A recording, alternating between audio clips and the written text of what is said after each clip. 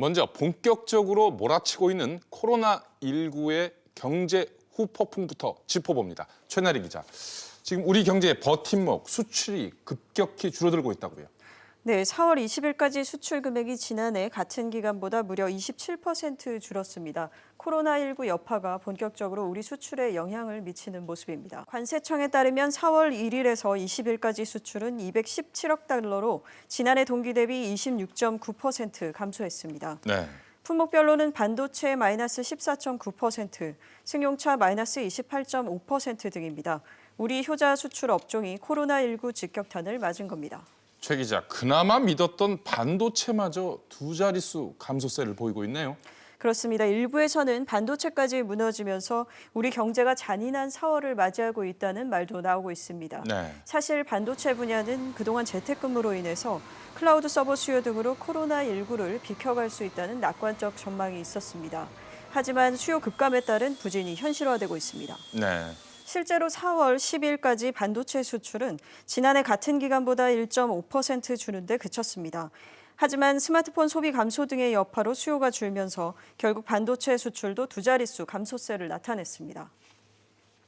당장 휴대폰이라든지 이런 것들은 바로 타격으로 올 수밖에 없었던 게 판매 자체가 거의 안 됐기 때문에 2월, 3월 동안에 4월도 그렇고 그러니까 바로 수요 감소로 나타났고요. 개인용 퍼스널 컴퓨터들도 지금 최근에 많이 팔리고 있잖아요. 노트북도 그렇고 집에서 수업을 듣기 위해서. 근데 그것들은 기존에 워낙 계속 마이너스 성장을 하던 것들이 조금 일시적으로 이제 판매가 되고 있는 것이라고 보면 될 것 같고 정말 첩첩산중이군요. 그런데 여기에 국제 유가가 급락하고 있고 또 최근에는 김정은 북한 국무위원장의 건강 이상설까지 겹쳐지면서 정말 경제가 좀 불안한 상황이죠. 네, 현지 시간으로 4월 20일 미국 뉴욕 상업거래소의 5월 인도분 서부 텍사스산 원유가 마이너스 37.63달러의 거래를 마쳤습니다. 원유 저장고가 가득 차서 1배럴의 원유를 사가면 배럴에 37달러를 준다는 겁니다. 사상 초유의 일인데요. 선물 만기를 앞두고 투자자들이 재고 부담에 손해를 감수하고 6월 인도분으로 갈아탔기 때문입니다. 근본적인 요인은 코로나19 사태로 석유 수요 실종 그리고 세계 경기 전망에 대한 불안이 작용했습니다. 정유업계는 줄도산을 우려하고 있습니다.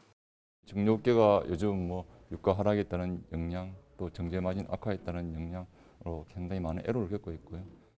여기에 근거가 불확실한 김정은 북한 국무위원장의 건강 이상설까지 겹치면서 환율과 증시가 요동치는 등 우리 경제의 리스크가 부각되기도 했습니다. 가장 큰 관심사는 일자리 부분일 텐데요. 관련 리포트를 보고 이야기 이어가도록 하겠습니다. 올해 대학 졸업 예정인 김모 씨. 코로나19 여파로 신규 채용이 크게 줄 것이란 소식에 걱정이 큽니다. 지금 코로나 바이러스 이 상황 때문에 걱정이 많습니다. 상반기에도 채용을 많이 줄이고 있고 이 채용 일정도 많이 연기가 돼서 하반기까지 연장이 될 거라고 다들 걱정을 하고 지난달 취업자 수는 총 19만 5천 명이 감소했습니다. 게다가 일시휴직자 수는 총 160만여 명으로 약 126만 명이 증가했는데 역대 최대를 기록했습니다. 특히 사회적 거리두기 여파로 대면 접촉이 많은 분야에서 취업자 감소폭이 컸습니다. 도소매업이라든지 음식 숙박업, 교육 서비스업 등 대면 접촉이 많은 서비스업 중심으로 취업자 감소가 나타나서 19만 5천 명이 감소한 걸로 나타났습니다. 또한 아르바이트와 단기계약직 등에서 주로 일하는 청년층이 큰 타격을 입으면서 취업자 수가 22만 명 넘게 감소했습니다. 실업률은 0.1%포인트 감소한 4.2%를 기록했는데 코로나19로 구직 활동 자체가 위축되면서 생긴 착시 현상이란 분석입니다. SBS CNBC 권준수입니다. 김동우 기자, 네. 이렇게 산업, 경제 이 전반 분야가 총체적 위기를 맞고 있는데 그래서 정부가 대책을 내놨죠.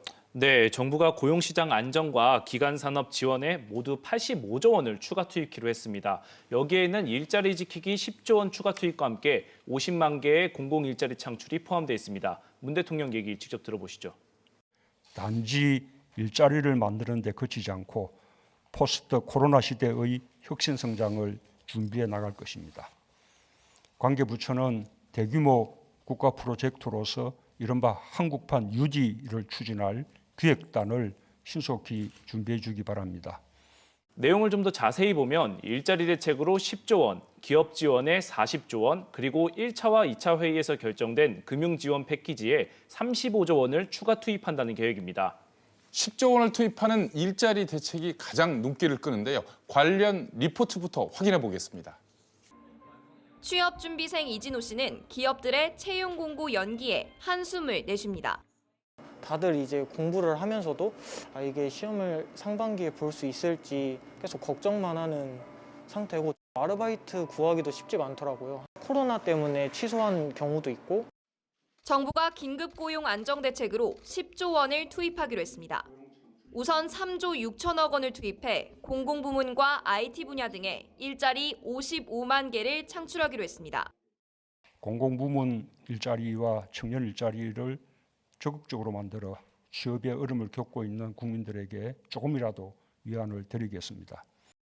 무급 휴직자 신속 지원 프로그램을 마련하고 항공지상조업, 면세점업 등을 특별 고용 지원 업종으로 지정하기로 했습니다.